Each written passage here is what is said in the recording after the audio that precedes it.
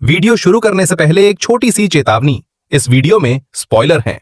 आज मैं आपको 2017 में आई एक स्पेनिश ड्रामा फिल्म की कहानी बताने जा रहा हूं, जिसका प्लॉट बहुत ही अजीब और अनोखा है और इस फिल्म का नाम है स्किन्स। कहानी की शुरुआत होती है समैंथा नाम की एक महिला से, जो अपने बिस्तर पर लेटी हुई है।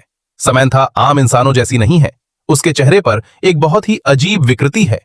दरअसल जहां उसका मुंह होना चाहिए वहां उसका एनस है, और जहां एनस होना चाहिए वहां उसका मुंह है।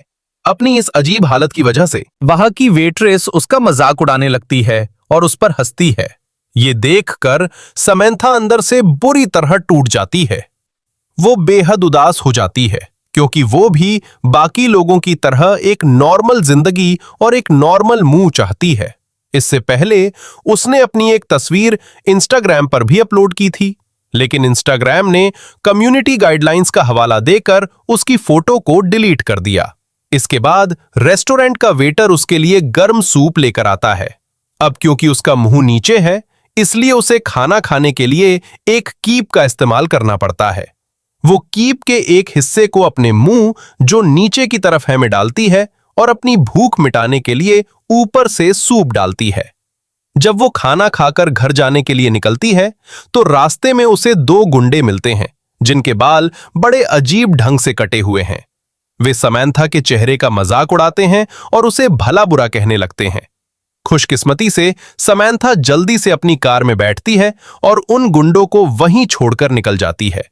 लेकिन रास्ते में अचानक उसकी कार से किसी की टक्कर हो जाती है, जिसे वो देख नहीं पाई। अब सीन शिफ्ट होता है क्रिश्चियन नाम के एक किशोर पर। क्रिश्चियन को body integrity identity disorder BIID नाम की एक मानसिक बीमारी है। यह बीमारी उसे अपने पिता के बारे में सुनकर और सोचकर हुई थी, जो उसके जन्म के समय ही उसे छोड़कर चले गए थे। क्रिश्चियन अपने पिता के बारे में सिर्फ एक बात जानता है कि उनके शरीर पर एक जलपरी का टैटू था। क्रिश्चियन का शरीर पूरी तरह से ठीक और नॉर्मल है, लेकिन जलपरी वाले उस काल्पनिक विचार की वजह से उसे लगता है कि उसके पैर उसके अपने नहीं हैं। वो असल जिंदगी में एक मरमैन बनना चाहता है।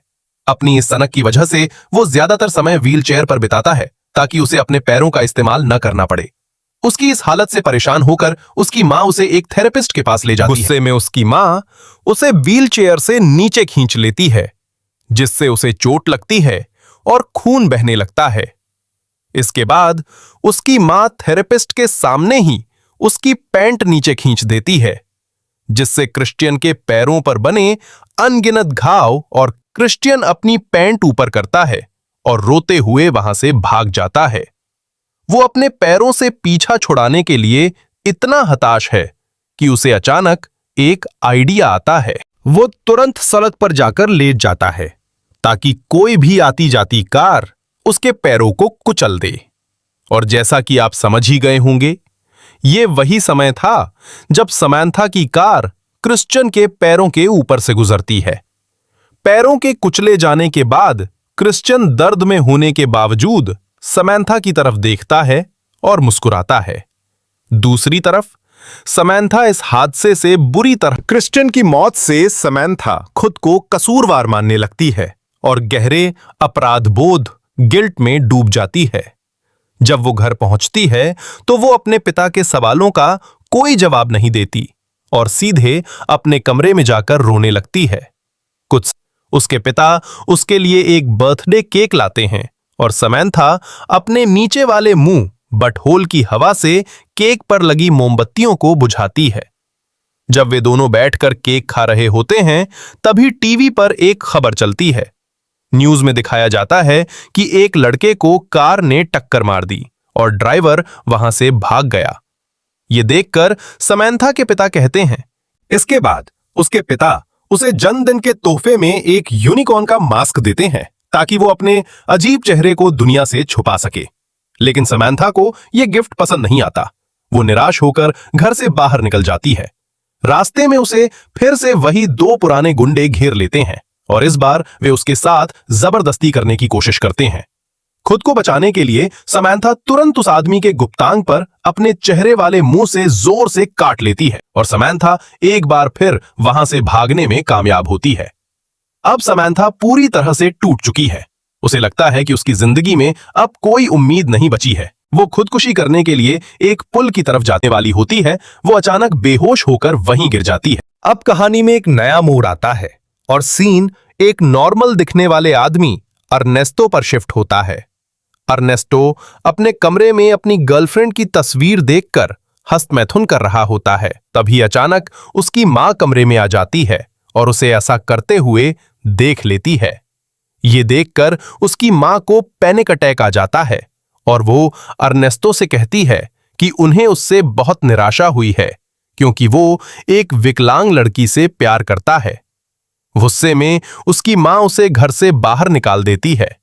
घर से निकलने के बाद अर्नेस्टो अपनी गर्लफ्रेंड एना के साथ रहने का फैसला करता है। जल्द ही एना अर्नेस्टो को डिनर पर बुलाती है। वहां अर्नेस्टो उसे सच बताता है कि उसे उसकी इसी अजीब शारीरिक बनावट की वजह से घर से निकाला गया है क्योंकि उसे ऐसी ही लड़कियां पसंद हैं। जब वो एना के सामने इकरार करता है कि वो उसकी शारीरिक कमियों से प्यार करता है तो एना को बहुत गुस्सा आता है।